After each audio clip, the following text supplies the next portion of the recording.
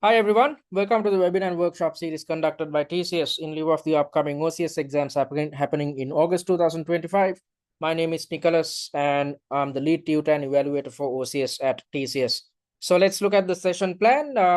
As usual, I will be sharing some general feedback with you because I've gone through most of you have completed until mock number 5, which is great. So I've gone through your answer scripts, and based on what I've understood, I will be highlighting what type of shortcomings I figured out, and focused on each of these shortcomings, I will be sharing solutions with you. And also, I will be discussing mock exam, which is focused on your E1 syllabus. And as usual, I will be conducting a Q&A session towards the very end of today's workshop. So let me quickly remind you of the final workshop, which is happening next Sunday at the same time, 9 GMT or 10 a.m. UK, in which I'm going to share last minute tips with you to make sure that you are walking into the exam with a higher level of positivity. Because if you believe in yourself, if you are confident, then you can easily pass this examination. All right, so looking at general feedback, in certain instances, still some of you are deflecting from the requirement, which is quite normal because when you are faced with a lengthy requirement, it takes some time for you to understand the requirement fully. So that's why I mentioned throughout the workshop series as well as in the third webinar, I mentioned the fact that you are supposed to simplify each requirement in your own words in a concise manner. This is the easiest way to gain a good understanding, a clear understanding of each requirement. So with that in mind, before you develop the answer plan, always make sure to simplify the requirement in your own words, which is essential because if you misunderstand the requirement, you won't get any marks at your examination. So always remember, before you develop the answer plan, take steps to simplify the requirement in your own words in a concise manner, so that you can easily figure out what the examiner expects from you. And also when going through your answers, I figured out that some of you are struggling with theory elements as well as application. So especially concerning mock number 4, I understood this because there were in mock number 4, there are 2 questions focused on multi-product break-even and the linear programming graph. So, most students struggle when these type of graphs are thrown at them, and, they don't know how to conduct evaluations, especially if you're coming through an exemption route. You know what I'm talking about. You definitely struggle with questions tied to multi-product break-even analysis as well as linear regression analysis. Also, in certain instances, I figured out that you are struggling a bit with costing methods such as activity-based costing, activity-based budgeting, as well as the absorption and marginal costing principles. Also, concerning questions tied to variance analysis, it seems that you are struggling a bit as well. So, you'd experience all these difficulties when attempting mock exams because you have knowledge gaps. But don't worry, these knowledge gaps can be bridged by referring to the answer plans which we have shared with you, focused on the 6 mocks we've developed. So when you go through the answer plans, you will easily understand how to structure your answer, how to tackle theoretical elements, and as well as you will easily understand which points you need to consider to gain full marks. So when conducting revision, after attempting each mock exam, when conducting revision, your job should be to go through these answer plans and then redevelop these answer plans on your own. Don't, once you had gone through TCS's answer plans, keep it aside. Don't look at them. Instead, on your own, try to replicate the same methodology, replicate the same type of answer plans. And once you have developed your fresh answer plans, compare them to TCS's to see whether there are differences, or whether you have missed out on certain points, or whether you have included unnecessary points, because this is the easiest way to improve your theory knowledge and as well as work on your application skills. And some of you are still running out of time. That's quite all right, because in our mock exams, in total, you would have seen 12 subtasks. So in each section, there are 3 subtasks for sure in our mock exams, but in your real examination, you will simply see just 2 subtasks in 2 sections, and you might see 3 subtasks in just the 2 remaining sections. So you will not run out of time at your exam. So if you're running out of time right now, that is mainly because of the fact that there's too many subtasks within each section. We have no other option but to include 12 subtasks within one mock exam, because we intend to cover 72 subtasks in total across the 6 mocks which we have developed. So don't worry if you're running out of time. I simply want you to stick to the answering and time management technique which we taught in the 3rd webinar. If you missed the 3rd webinar, please go watch the recorded version. Keep practicing this technique so that you will successfully manage your time at your real examination. And 2 or 3 students, I found out that they have successfully managed their time. They have not run out of time at the end of each section, which indicates the fact that they have got their bearings with the answering and time management techniques. So you can achieve the same if you keep practicing these techniques in the upcoming week. All right, so that's what I wanted to share with you. And let's try to understand, which areas are covered in your E1 syllabus. So as I mentioned throughout the webinar and workshop series, E1 is not really tested at this examination. A high level of prominence is provided towards your P1 and F1 syllabi, but when it comes to E1, only a small portion of areas are tested. So all in all, just 1% or 2% weightage is provided towards your E1 syllabus, because the E pillar has everything to do with decision making. And in this exam, you're supposed to play the role of a finance officer, and a finance officer is not supposed to be involved with decision making. Instead, you are supposed to assist decision makers. So that's why the E1 or the E pillar is not heavily tested in this examination. So limitations in forecasting techniques will be tested. So this area falls in your E1 as well as P1 syllabi.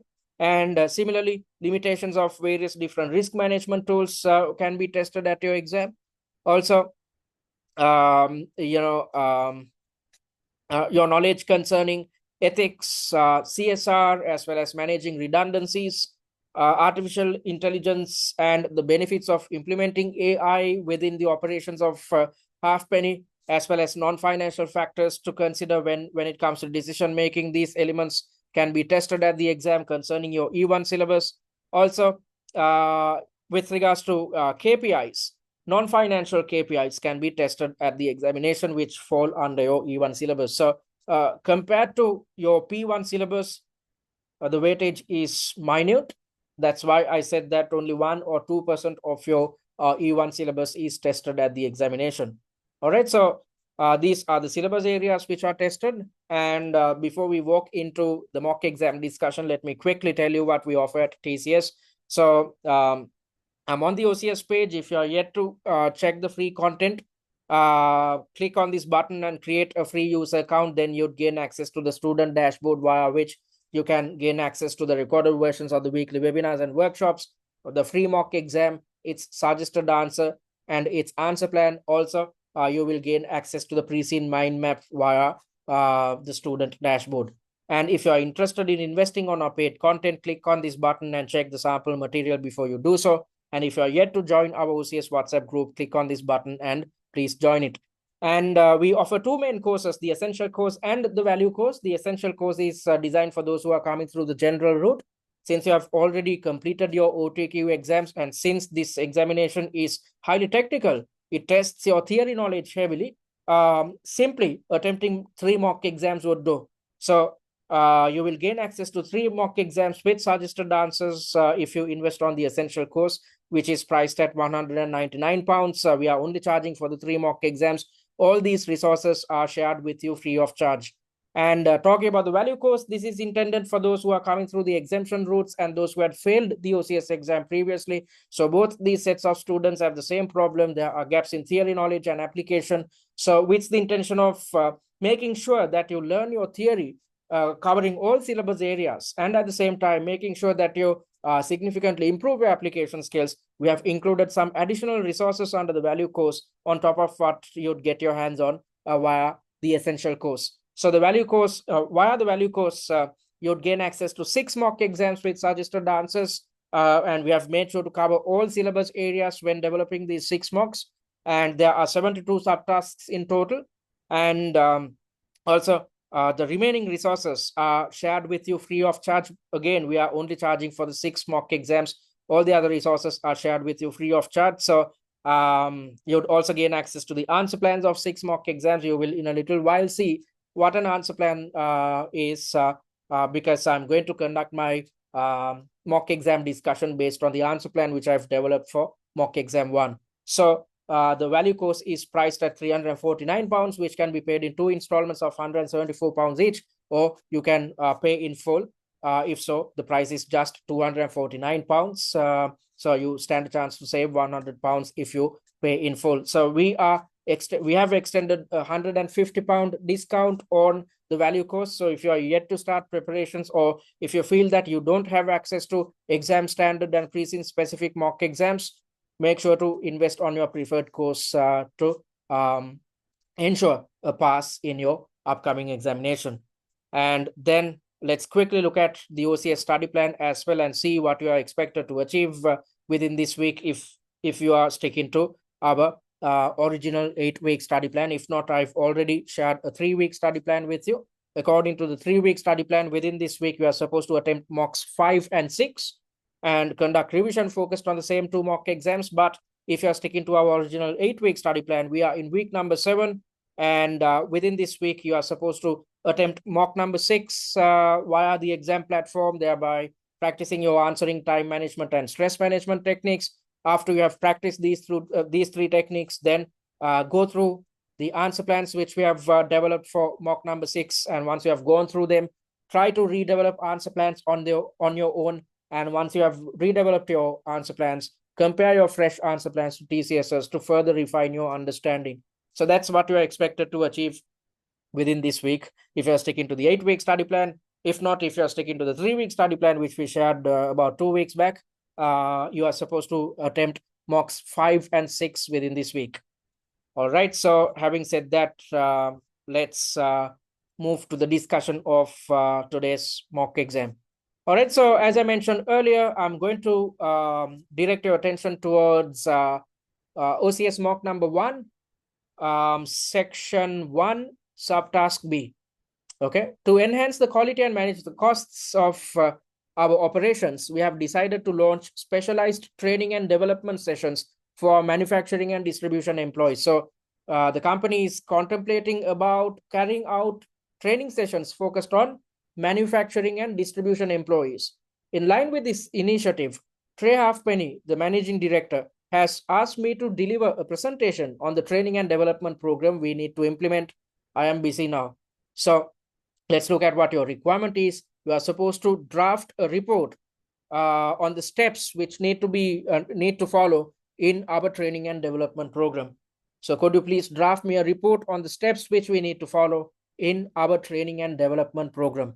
So before you develop the answer plan, as I've taught you in the previous workshops as well as in the 3rd webinar, you are supposed to simplify this requirement in your own words.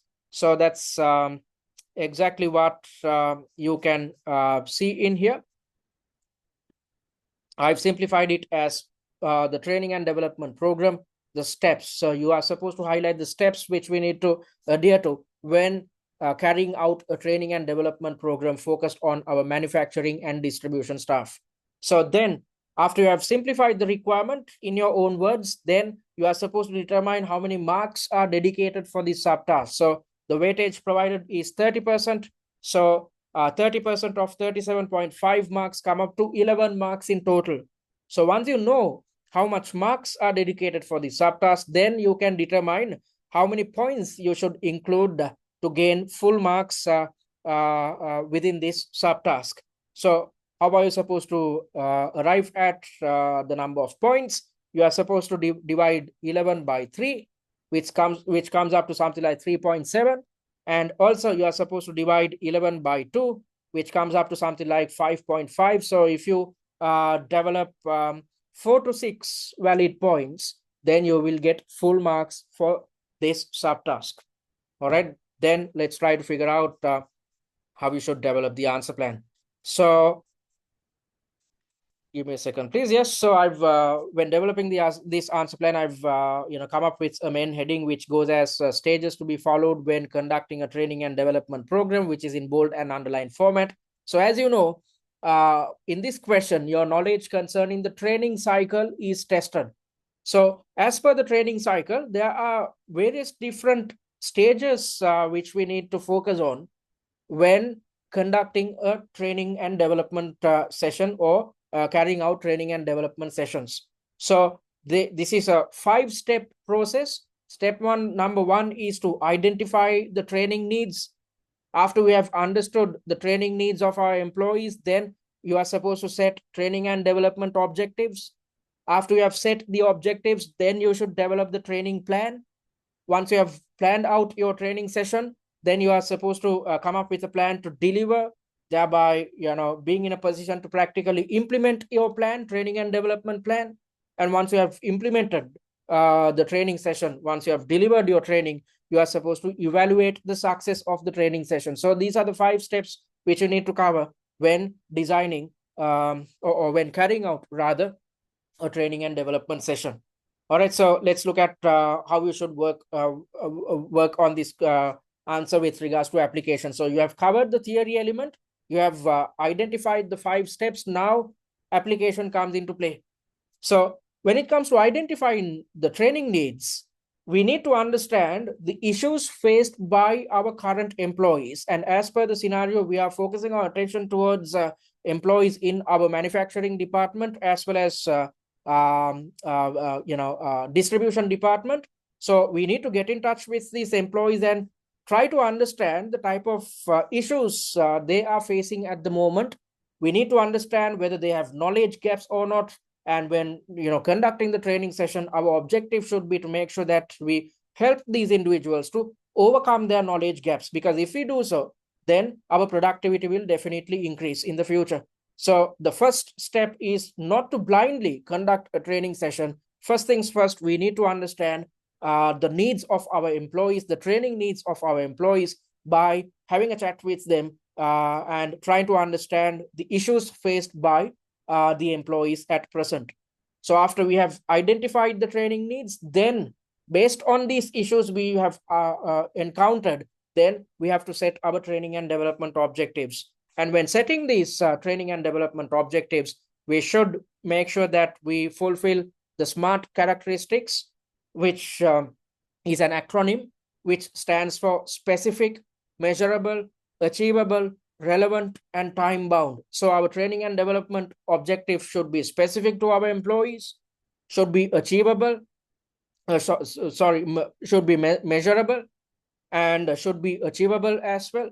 It should be relevant to the departments or the employees who are working within these 2 departments, and it should be time-bound as well. We should have a time period in which we are supposed to achieve our training and development objectives. And when setting these objectives, we should focus on achieving efficiency in manufacturing and distribution, because we are planning to conduct this training session focused on our manufacturing and distribution employees. So once we have developed this objective, then planning takes place. So the importance of setting this objective is to make sure that when we are conducting evaluation about this training session, we will understand whether we have been successful in addressing the training needs of the selected employees. So all these sections are interlinked. So the objective or the aim of setting training and development objectives is to make sure that we conduct our evaluation process without any hiccups. And via this evaluation process, we are trying to figure out whether we have fulfilled the training needs of our employees. So once we have done all these things, then we are supposed to look at planning. And in the planning stage, we should contemplate about training methods, whether we should opt for formal training or informal training. Formal training is a situation where we seek external services offered by external resource personnel. Or on the other hand, we can opt for informal training. This can be referred to as on-the-job training as well, in which mentors or senior employees within Halfpenny will be involved with such a training session, in which they will be sharing their experience with the rest of the employees working within the manufacturing and distribution departments. So we can opt for formal or informal training. It's up to our management to decide on it. And we should also think about the location, especially if we go for formal training, then we might have to conduct the training session within a hotel or a convention hall or whatever. But if we opt for informal training, we can do it within our premises as well. So we have to think in terms of the location, as well as we need to think about the budget as well, how much we are going to spend based on the type of training session which we are going to conduct. So if we opt for formal training, definitely it's going to be expensive compared to informal training, which is usually carried out in-house utilizing our own senior staff members.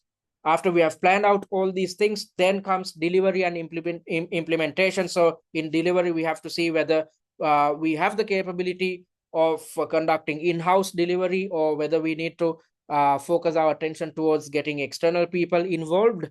So if we are going for in-house training, then we have to make sure that our senior employees who are carrying out these training initiatives, they are given some time off work, their routine work, so that they have the capability of conducting these training sessions, and we have to compensate for their additional efforts as well. And on top of that, if we go for external delivery, then as I mentioned earlier, we need to fix the location, as well as we need to look into the food and beverage costs. And on top of that, we have to compensate the consultants or external trainers, which we'd use when conducting these training sessions. And whilst delivering, members from our HR department should evaluate whether we are achieving our training and development objectives or not. So if we have identified major issues within our manufacturing and distribution operations, then I feel that it's best to go for external training. And on the other hand, if we have encountered minor issues, then we can go for in-house training. So it all depends on whether we are poised to achieve our training and development objectives. And once we have conducted the training session, we have to evaluate the success of the training session, thereby seeking feedback from trainers as well as attendees. We have to ask from the trainers as to what they feel about the training session, whether they felt that the employees were engaged with the training session or not. And on top of that, similarly, we have to ask the attendees and see whether these guys have actually gained something out of the training session. And usually in this evaluation stage, most companies try to test the knowledge levels of the attendees by sharing something like a questionnaire with them, or conducting a minor test online with the intention of understanding whether the attendees have actually gathered something out of the training session. So when conducting this evaluation, again, we are trying to figure out whether we have successfully achieved our training and development objectives. So these are the 5 steps, and I explained how to work on your application as well. So highlighting the 5 steps is the theoretical elements, then talking about what happens at each stage is always focused on your application. So this is how your theory knowledge as well as application is tested in conjugation at your real examination. So once you have developed this type of an answer plan, your next step should be to expand the answer plan in paragraph form, because your examiner will not give you any marks if you provide answers in bullet points or answers in single line sentences. Instead, you are supposed to explain each point in paragraph form as per what you can see within this suggested answer. All right, so that's what I wanted to highlight. I'm happy to say that we achieved a 95% pass rate in the previous sitting, in which the highest scorer was Jonathan, who achieved 109 marks when the pass mark was just 80. So this individual, if I'm not mistaken, started preparations just 3 or 4 weeks before the examination. So if you want to achieve a similar feat, invest on your preferred course and start your preparations. You still have time to attempt the 6 mock exams and conduct revision focused on the same 6 mock exams, because you need not spend a lot of time to figure out theory and application on your own. We have shared the answer plans with you, and I hope you understand how easy it is to learn theory and application when you have access to these answer plans, because I took you through an answer plan concerning mock exam 1 a while back when I was conducting the explanation. So when you gain access to these type of answer plans, your life becomes extremely easy. In a jiffy, you can cover all your preparations even within just one single week.